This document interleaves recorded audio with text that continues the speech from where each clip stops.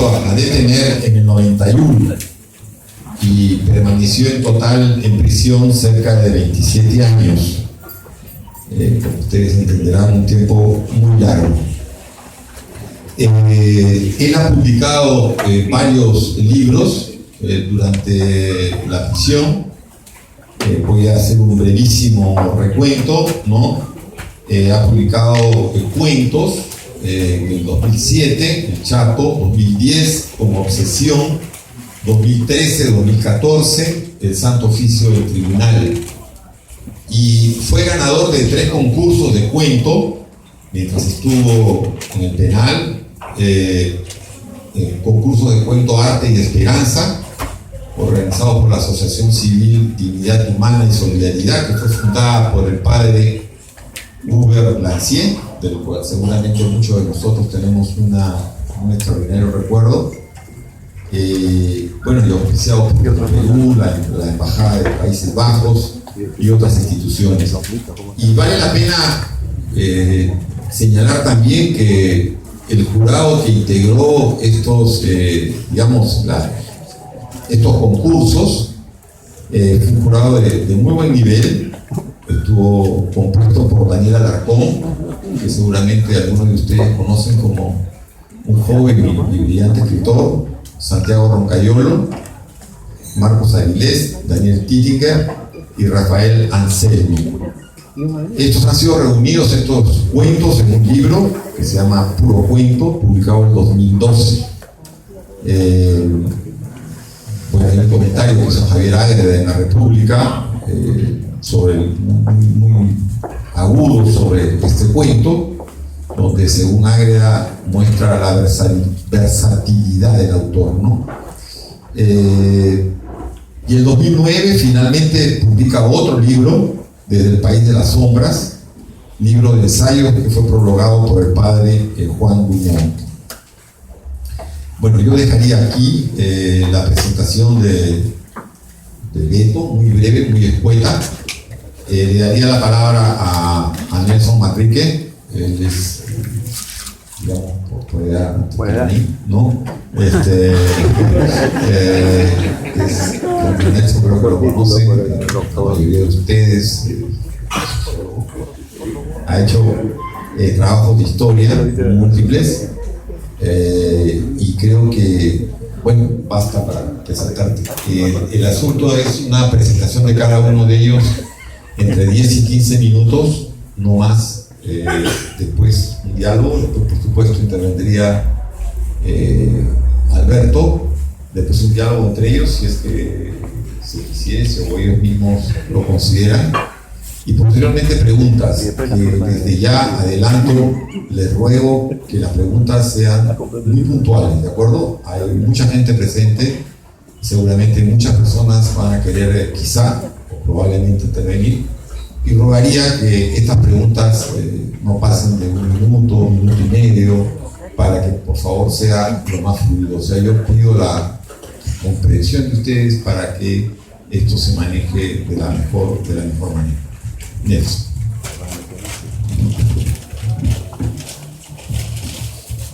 Bueno, primero una advertencia: Beto es primo hermano mío y por lo tanto es un testimonio viviente. Quería comenzar con una reflexión sobre una pregunta que me ha hecho ese tiempo que volvemos a tener a veces entre nosotros. ¿Cómo ha hecho para mantenerse como está? Tan joven. ¿Cómo después de 27 años de encierro, pero no la carta de este libro, sale realmente juvenil? Yo diría que es una tremenda voluntad personal, una fuerza, una convicción que lo permite mantenerse activo, no, pero también trabajando sobre cuestiones.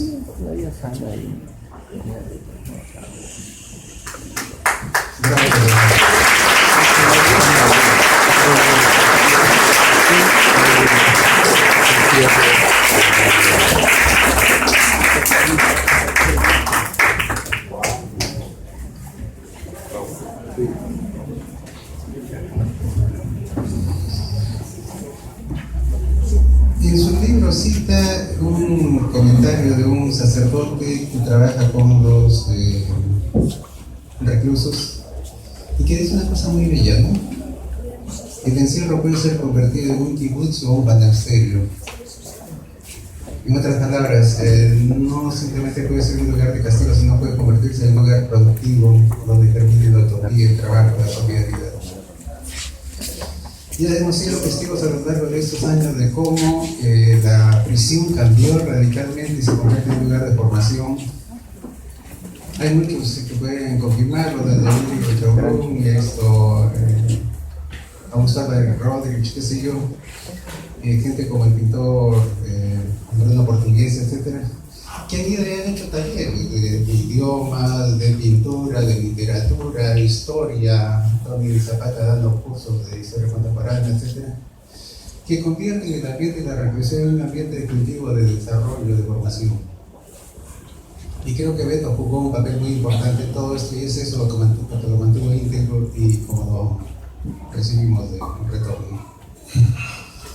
Sobre el libro constituye un balance de lo que es la posguerra, la posviolencia, y una primera reflexión que se me ocurre sobre la dificultad del balance cuando este es un terreno de lucha en que incluso las palabras están en juego, ¿no? Discutía con un filósofo amigo mío al que quiero mucho, que me decía que había que rechazar la palabra violencia política, porque tenía una carga. Bueno, me decía, si rechazo la palabra violencia junto con política, no puedo pensar la política, ¿no? Esto media. Normalmente la modernidad dice que una característica central del Estado es la capacidad de administrar la violencia institucional. Es decir, no puedo discutir la política sin pensar en la violencia, ¿no? Y supongo que no vamos para la independencia, entonces serían intocables, serían inabordables si establecemos este tipo de distinciones. Pero en cada categoría, en cada palabra, en cada expresión nos vamos a encontrar en un terreno minado. En ese terreno tiene que moverse Beto para trabajar.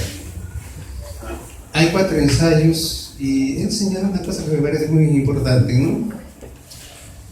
Una dificultad adicional de hacer un balance tiene que ver con lo que Carlos Grande Grigori denominó los hondos inmortales desencuentros de la sociedad peruana. ¿De qué manera se procesa esto, digamos, en el Cono Sur, en Argentina, Chile, Uruguay, y de qué manera se procesa en Perú? ¿Quiénes tienen derecho y quiénes no tienen derecho a la palabra? Y vamos a encontrar que hay cantidad de peruanos que se vieron envueltos en este conflicto que no tienen ninguna palabra, ninguna voz en el tema porque son indígenas. Porque hay brechas étnico-raciales y eso restringe el espacio de la palabra, de la expresión a determinados sectores y deja a otros en el silencio, deja a otros en la penumbra sin capacidad de agencia, sin capacidad de expresión. El núcleo del texto es un extenso balance personal de lo que es el informe de la CBR, que me parece extraordinario. Los textos son muy densos, muy cargados, hay una reflexión de décadas de trabajo, de estudio, de reflexión, de autorreflexión, revisar las cosas. Para decirlo brevemente, el balance que hace de la CBR es un balance en general positivo.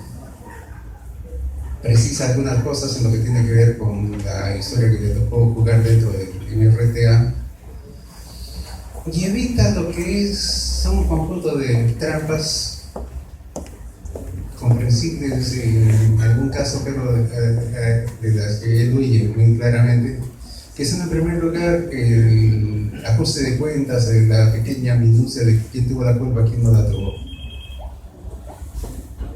Esto en muchos casos sucede también como una manera de descargarse la propia responsabilidad.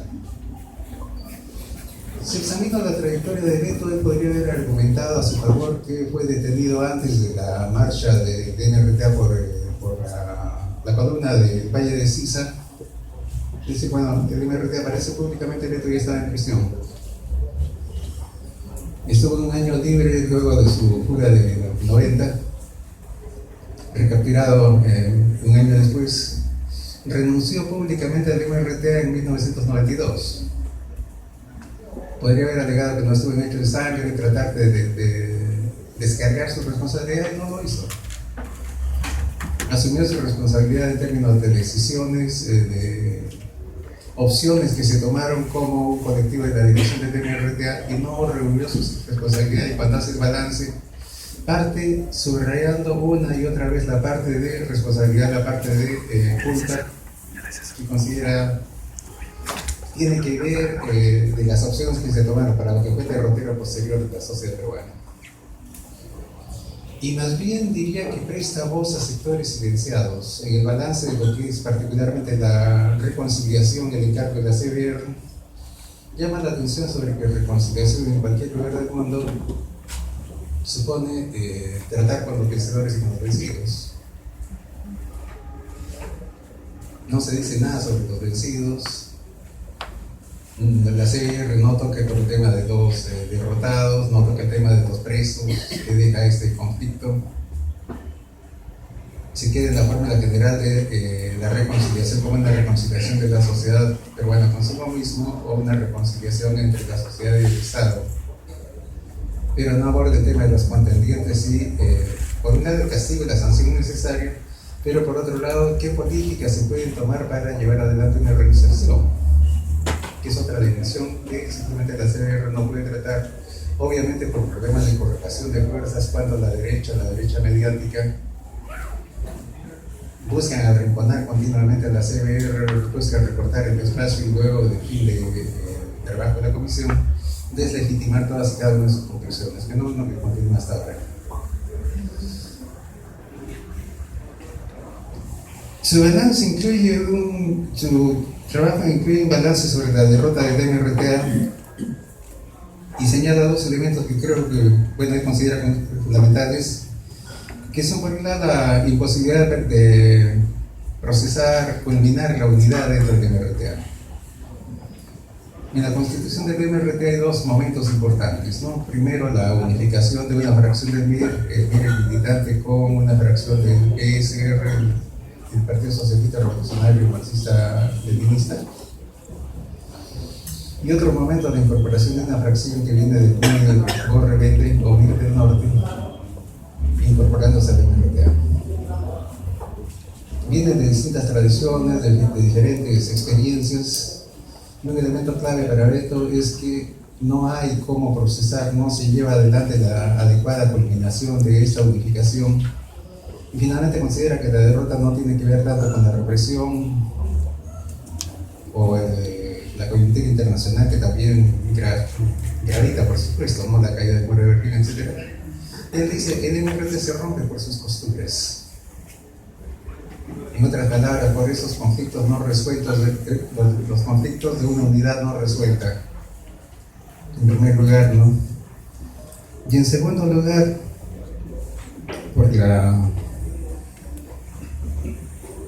opción por medidas, operativos militares, etcétera, que tienen el ojo puesto en el impacto mediático de corto plazo y que no van acompañadas de acciones que permitan una construcción a largo plazo, buscando una construcción estratégica de una base social, etc. Una pregunta que queda clara, fundamental, es la pregunta de si hubo alguna oportunidad para la paz. Cotejando permanentemente las conclusiones de la CBR, remitiéndose al informe de la CBR, estas 5.000 páginas, muestra cómo hubo voluntad de diálogo del MRTA, pero como nunca el MRTA llevó coherentemente a sus últimas posibilidades esta alternativa. Considera que la gran oportunidad de poder impulsar un proceso de paz fueron las negociaciones que comenzaron luego de la toma de la embajada en Japón. Frustrada primero por la intransigencia y la falta de visión política de quienes llevaron adelante este proceso, yendo maximalistamente hasta el final, y por otra parte por la voluntad de Fujimori y Montesinos de que esto terminara con la aniquilación de los subversivos que habían tomado la embajada. Me gana el tiempo y solo quiero, si me permiten, leerles un párrafo Este párrafo lo puse en este libro, El tiempo del miedo, que fue publicado por el Congreso de la República el año 2002.